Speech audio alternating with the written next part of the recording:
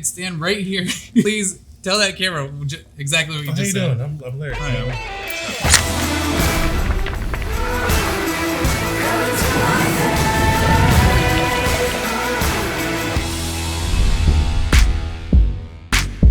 We're here at Smoke on the Water with Larry over here, who drinks more tequila than anybody else on the planet, probably. Probably has more tequila flowing through his veins than he does blood. He's gonna take us through some tequila pairings today. Explain to me what you were telling me earlier, how you don't like to give cigars with pairings. Here at Smoke on the Water, we used to do cigars with spirits pairings. I never really liked that idea because every time I'd watch and hold those events, consumers or, basically participants like yourself wouldn't like that particular cigar. So all of a sudden their experience it's soured from the beginning. So for me to try to introduce that particular cigar to them and then this particular spirit, it's never gonna work right. So what we try to do now is we switch it up where if it's a spirits tasting, it's strictly just that. It's all nothing but liquor. We're gonna ask that the consumer bring in their own liquor or their own cigar. And obviously that's what they like. So if that's their best cigar that they like to bring to every event, then I want them to be able to experience the spirits rather than, have two things go bad. So it's kind of like when you're doing a scientific experiment, you don't want to be changing both things at the same time, the cigar and the spirit. You want to have a control group and then try the other thing and experiment with that. So like if you had your favorite whiskey or tequila, you could change different cigars and try pairings, but don't change both at the same time. That's correct. If you think about it this way, if you're going to a restaurant, you know you're going to get a steak, you know you're going to get that ribeye, you know the ribeye, what it's all about, but you want to try a different wine. That steak's not going to change. That wine's going to change though. If you try to pair a certain wine, that particular steak, then you could just cross that off the list and go on to the next one. That steak's not going to change, unless they undercook it or whatever else it is. So, which is very rare, no pun intended. That was punny. That's pretty All right, so I haven't been drinking yet. Yeah, that's neither. Well, I have. That's not a lie. So that's the way we like to do things with our liquor here. Awesome. What are we starting with? So we're gonna start off with a Reposado. The selection I have here is a Fleche Azul. It's been around for a few years. It's made famous just recently because Mark Wahlberg invested into the group. So Reposados are usually aged from 1 to 12 months. 1 month to 12 months. Yeah, it's classified 1 to 12 months in oak barrels usually. They've been starting to age some tequilas in sherry cask and other casks to enhance more flavor. But this is gonna be more closely to your whiskey than it would be anything else. It's not as mellowed out as like an Anejo, Cristalino, or like extra Anejo is, but it offers that nice agave forward taste. Depending on what brand you're gonna sip on, vanilla caramel notes to it. I like to drink mine neat, no ice. If you would like ice and a lime, I'm gonna tough it out. Okay, I was gonna say the women's restroom's over there, so right behind him. So, am I to assume that the Padrom 1926 is your favorite cigar? You know what? It's my most well-rounded cigar. It's probably this cigar to me is the most consistent. There's not a lot of change from the beginning to the end. There's always a consistency to it, and it's always the same throughout the entire cigar. I like a lot of cigars like the Sunseer Smoke right now. Has a little bit of change to it from beginning to end. It's not it's a great cigar. Yeah. So that way it doesn't change. Like I said, if I switch from Repo to Anejo to Cristalino to an extra Anejo, nothing changes on my palate except for the liquor. Nice. All right. And then you get a real feel for it. Exactly. So right now, my mouth, I haven't been drinking anything. I've been spending the last couple hours setting up. It's very dry, and this is actually spicy and gross to me right now. So I'm looking forward to wetting it and changing that experience. All right, so what we do, like I said, with our spirits tastings here, basically is you're gonna pick up certain notes, obviously through the cigar you're smoking right now. What I like to do is I ask people, go through the nose, similar to a retrohale, see what notes you have through there. That's one of your first tastings, and then on the tongue. The first tasting can be a little bit rough. Obviously, you haven't been drinking yet. Then the second tasting is really going to show what this tequila is all about. Okay. Oh.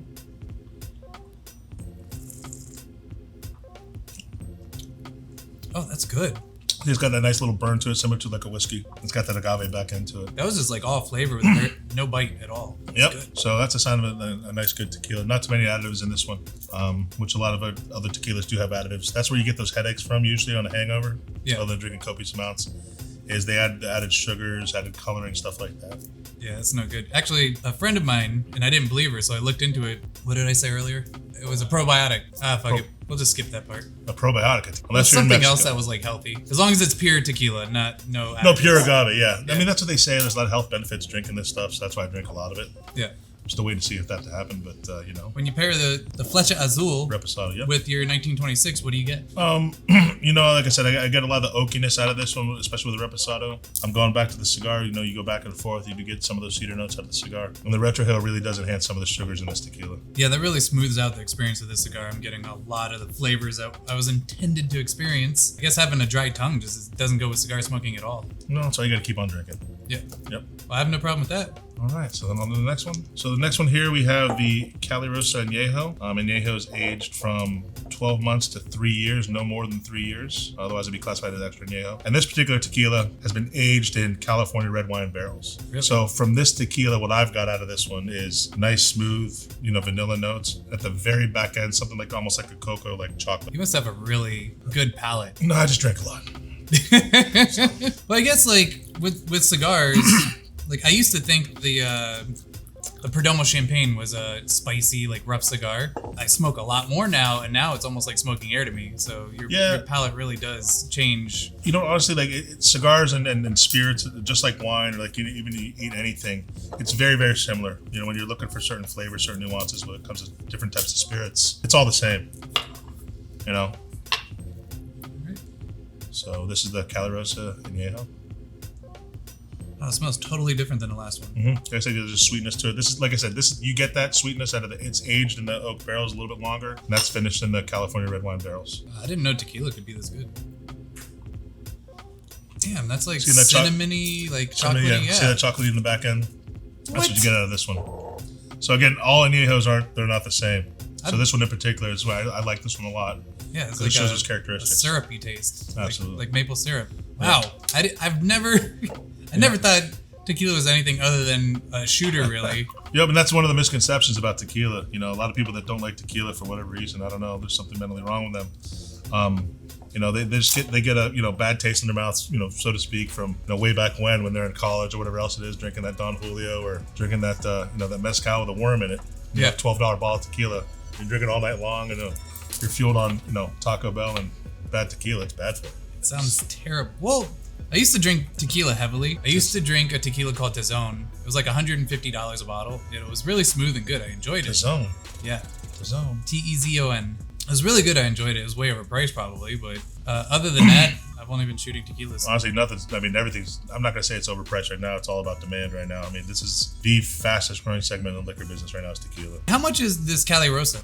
It retails anywhere from, I believe, $70 to $90 out there in the market. So again, it's all about demand. Like right now, if it's available, you could get it for, I'll say low end $70. If it's not available, high end like $90. For any of you planning on visiting South Florida, you have to come here. Their tequila selection is unmatched by almost any bar I've been to other than Ozzy's place. You two have a big love for the tequilas.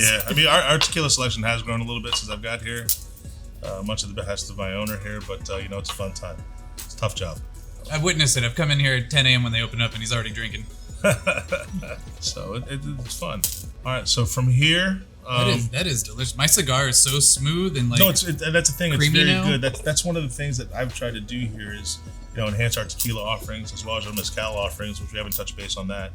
Mezcal is basically what's the adage? It's all tequila is mezcal, but all mezcal is not tequila. So to be called tequila, it has to be grown in Jalisco from blue agave, 100% blue agave. Mezcal can be a mix of anything, usually from Espadín, in a different region. So it's just like saying like all scotches are whiskeys, but not all whiskeys are scotch. Correct. Right. Excellent. I actually want to switch cigars. Okay. So because I got this nice creamy cigar, but I want to go switch to something that is more robust. Okay. Let me go grab that real quick. Sure. And while I do that, tell the audience about that. All right. So the next tequila we have here is one of my favorite tequilas that we have here at Smoke on the Water. It's the Don Julio 70, the Cristalino. It's actually an añejo tequila that's been aged from 1 to 3 years. That's been actually stripped of some of its impurities and color. That's why they call it the Cristalino. So it's not going to have as much of that oaky taste to it, obviously, because it's been stripped down. How is it stripped down?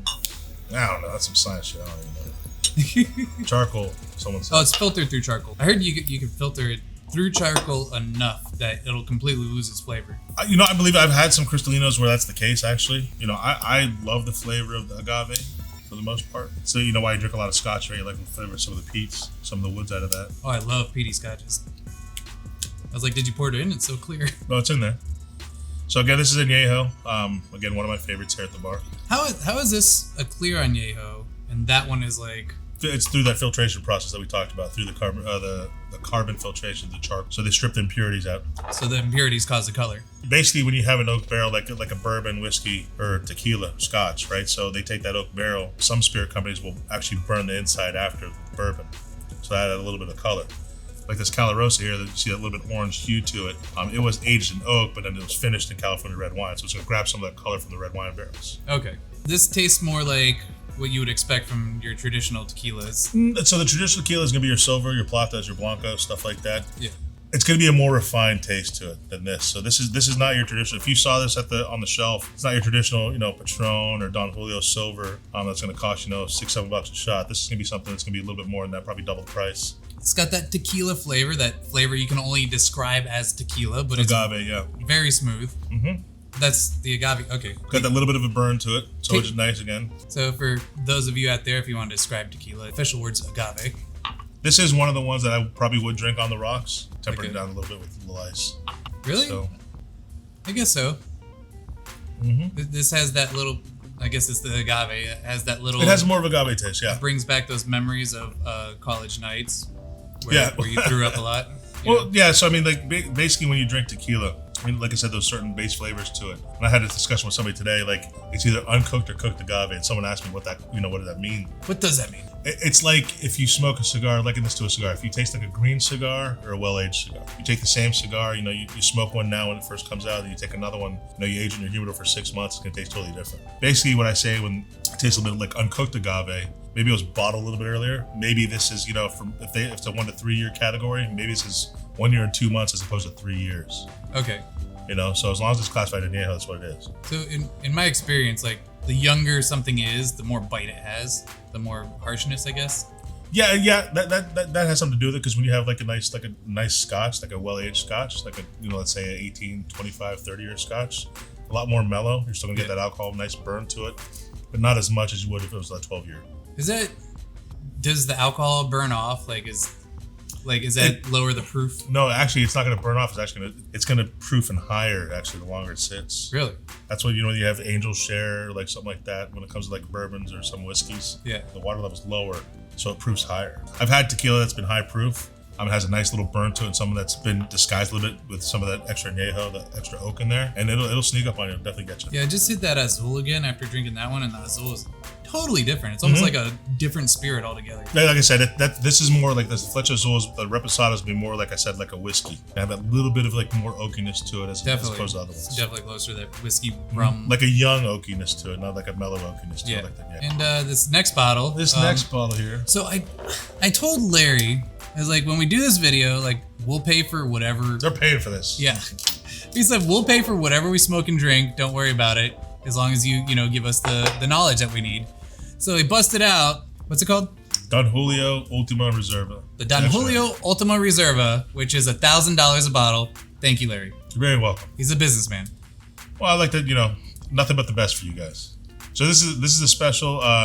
This is a special release from this past year, actually. Don Julio Ultima Reserva. It's an extra añejo. It's been aged over 3 years in bourbon cask and then finished in Madeira cask. It's a Madeira cask. Some wine in Spain, I guess. I don't know. Again, I just drink the shit. I don't know. How do you spell Madeira? With an M. So I've actually had this multiple times. It's very, very good. If you have the opportunity to drink this somewhere, if someone buys you a bottle, save the bottle for special occasions, stuff like that. This is truly exceptional tequila. You're gonna drink this and be like, why don't I drink this all the time? Because it's $1,000 a bottle. And I heard you while I was setting up. Did you say this has a meteor rock as the cap? No, that was a different brand of rum. Oh, good one. Well, that sounded like a cool story for. Guess we'll have to do a rum pairing next. Cheers. You're gonna get really good vanilla notes out of this one. Sip this one, savor this one for as long as you possibly can. You can tell the difference, like I said, when you drink this. The Madeira cask really shines through there a little bit. Some cocoa notes in this one as well. A little bit. Just take a couple puffs of your cigar after that one, it'll be really nice.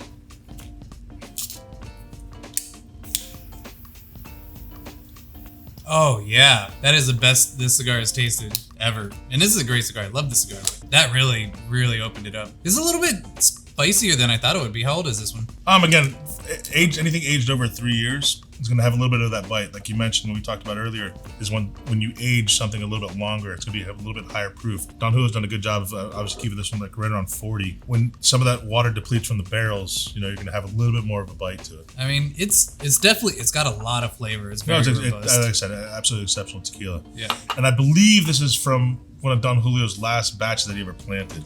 I believe that's what the story behind Don Julio Ultima Reserva. The last field he planted, this is where the agave came from. Kind of like Carlos Puente, like the last cigar he made was the Casa Cuba. Casa Cuba. Casa Cuba. So, like I said, they're very similar to what cigars do. Not particularly this one, but let's say a couple of other ones, that are kind of your mainline items. Like when you make a tequila, when you make a cigar, you're growing a plant.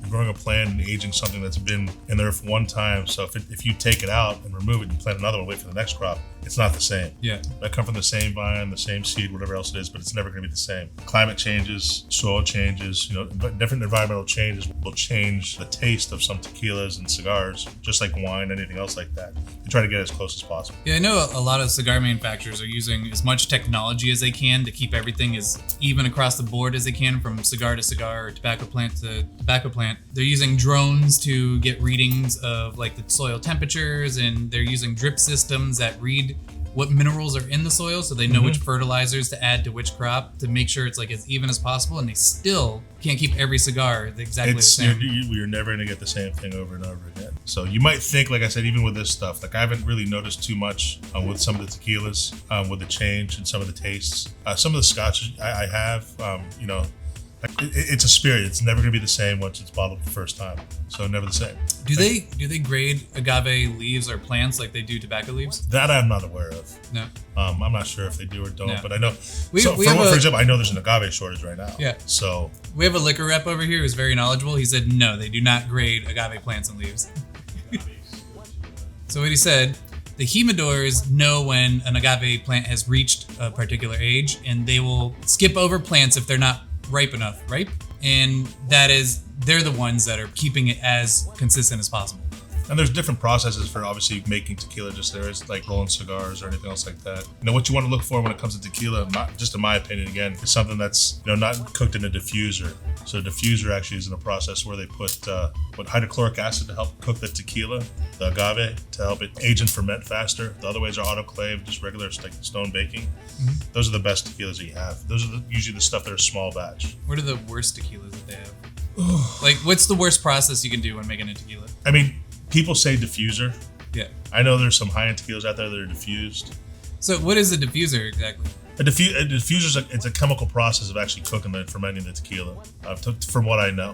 Is it kind of like when they're fermenting tobacco leaves, they use heat to speed up the process? Kinda. This is where they use an actual chemical process to actually help cook the tequila a little bit faster and extract some of the sugars from the agave. Right, so speeding up the process. Speeding up the process, ruins the quality. Well, again, I'm not going to say yes or no to that, because I've had many tequilas that have been diffused that you can't really tell. Yeah.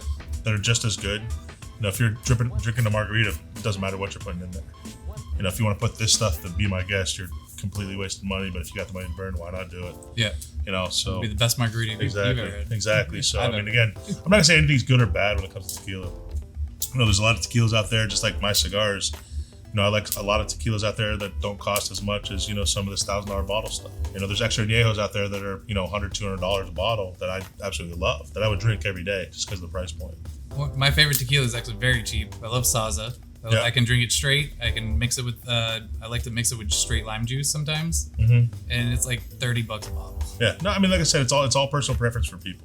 I know that you don't like to recommend any kind of like direct pairing, but what is your favorite cigar and tequila pairing? Oof, my favorite cigar and tequila pairing would probably be the Rex from Illusion and the Casa Noble Añejo. That would be my everyday drinker type deal. And well, since you're the only one that can get Casa Noble right now. Yeah, well, we have a lot of cases of it, so yeah, we're pretty well off on that one. Speaking of that, can we do one more tequila? We sure can. Do you have Guy Fieri's tequila? We do have Guy Fieri's tequila. I would like to pair that with Guy Fieri's cigar. All right, not a problem. So this is actually one of my favorites, even though it's 100% agave. The process, this agave isn't a completely Blue Weber, I believe, because it's mezcal. This one's gonna have a little bit of smokier flavor to it because of mezcal. Right, it's like the peaty tequila. Yeah, peaty, but it's smoky. Peaty's the wrong word. I'd say grilled.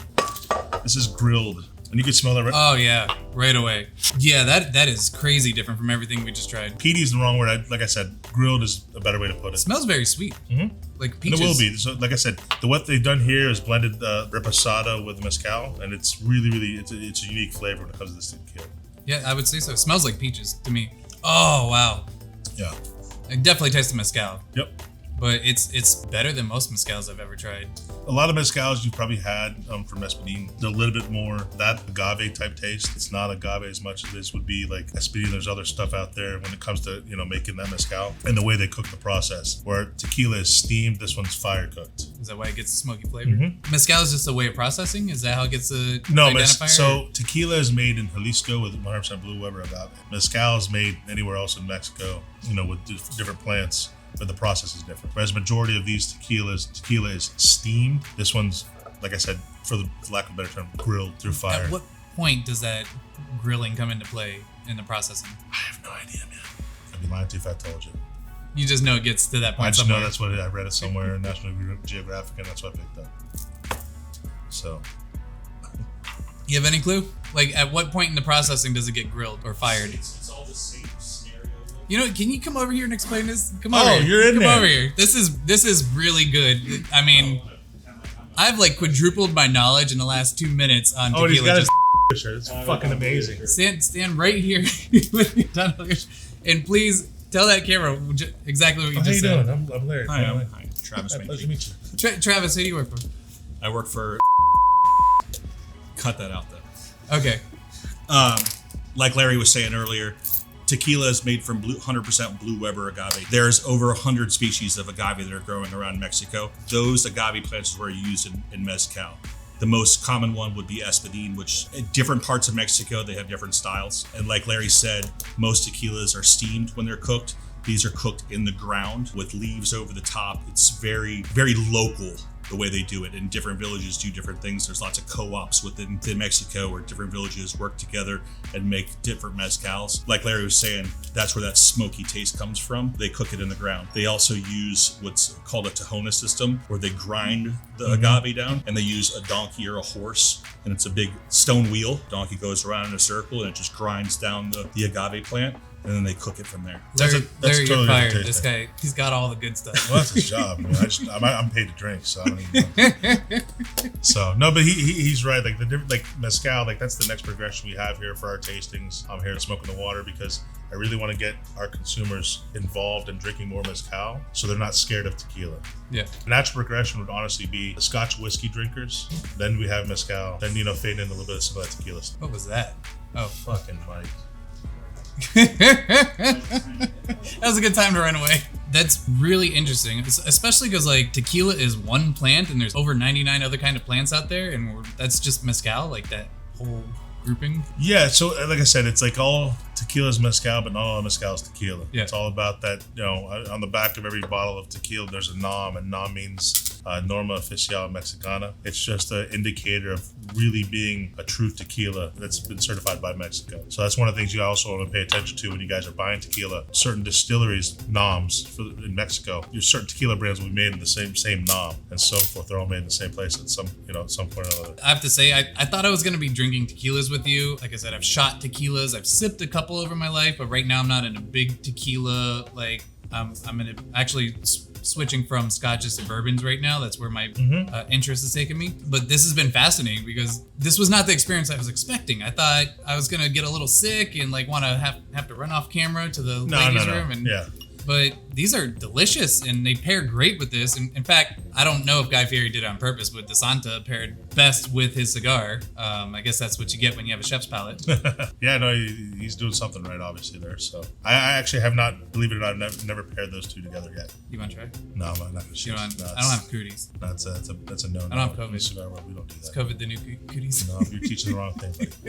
Look, Larry, I really appreciate it. This has been fascinating. Anytime, man. Anytime you guys want to do this, yeah. I hope you guys learned something. And if you want to learn more, Larry's here like every day of the week drinking tequila. Come down to Smoke on the Water. It is becoming my favorite bar in the world, or favorite cigar lounge. It's 50-50 of both. You don't have to smoke cigars if you come here, but you will get an education if you come out here. One way or the other, you will get an education out of this place. Either good or bad. It's gonna be good.